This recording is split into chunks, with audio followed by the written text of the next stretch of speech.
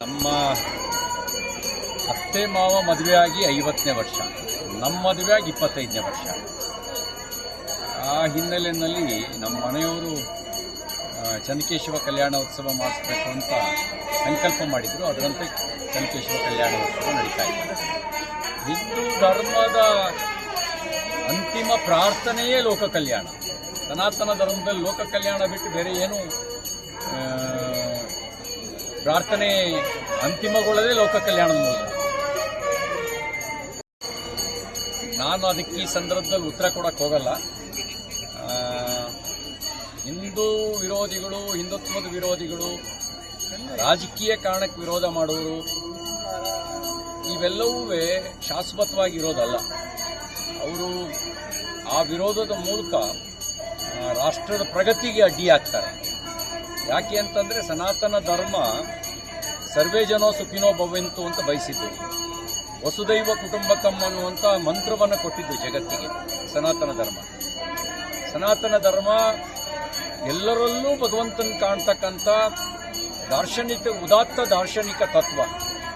ಅಷ್ಟು ಮಾತ್ರ ಅಲ್ಲ, ಪ್ರಾಣಿ ಪಕ್ಷಿಗಳಿಗೂ ಒಳ್ಳೆಯದಾಗಲಿ ಅಂತ ಬಯಸ್ತಕ್ಕಂಥ ದಯೆಯನ್ನೇ ಆಧರಿಸಿರ್ತಕ್ಕಂಥ ಈ ಸನಾತನ ಧರ್ಮಕ್ಕೆ ವಿರೋಧ ಮಾಡೋದು ಅದು ಒಂದು ರೀತಿ ಹಿರಣ್ಯಕಶಿಪುವಿನ ನೀತಿಯಾಗುತ್ತೆ.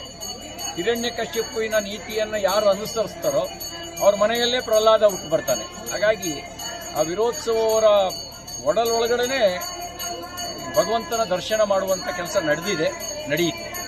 ಅವರಿಗೆ ಅನುಭವವೂ ಇದೆ, ಉತ್ಸಾಹವೂ ಇದೆ. ರಾಜ್ಯದ ಹಿತ ರಾಜಕೀಯ ಹಿತಕ್ಕಿಂತ ದೊಡ್ಡದು ಅಂತ ಭಾವಿಸಿ ಪ್ರಜಾಪ್ರಭುತ್ವದಲ್ಲಿ ದೇವರು ಕೊಟ್ಟಿರೋ ಅವಕಾಶ ಇದು ಶಾಶ್ವತ ಅಲ್ಲ. ಆದರೆ ಇರುವ ಅವಕಾಶದಲ್ಲಿ ಶಾಶ್ವತವಾಗಿರೋ ಕಾರ್ಯ ಮಾಡೋಕ್ಕೆ ಅವಕಾಶ ಇದೆ.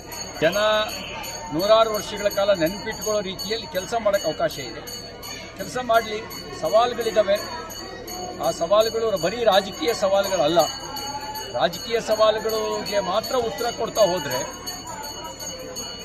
ಅಧಿಕಾರ ಅನ್ನೋದು ಶಾಶ್ವತವಾಗಿರಲ್ಲ. ಹಾಗಾಗಿ ರಾಜಕೀಯ ಸವಾಲುಗಳ ಜೊತೆಗೆ ರಾಜ್ಯದ ಹಿತವನ್ನು ಗಮನದಲ್ಲಿಟ್ಕೊಂಡು ಕೆಲಸ ಮಾಡಲಿ ಅಂತ ನಾನು ಈ ಸಂದರ್ಭದಲ್ಲಿ ಶುಭ ಹಾರೈಸ್ತೇನೆ.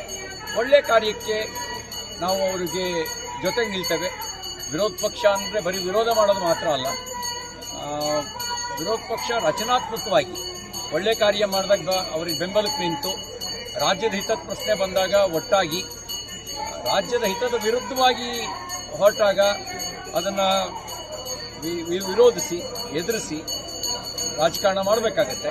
ನಾವು ಕೂಡ ಅದೇ ರೀತಿ ರಾಜಕಾರಣ ಮಾಡ್ತೀವಿ. ಅವರಿಗೆ ರಾಜ್ಯಕ್ಕೆ ಒಳ್ಳೇದು ಮಾಡ್ತಕ್ಕಂಥ ಸದಿಚ್ಛೆಯನ್ನು ಭಗವಂತ ದಯಪಾಲಿಸಲಿ ಅಂತ ದೇವರಲ್ಲಿ ಪ್ರಾರ್ಥನೆ ಮಾಡ್ತೀವಿ.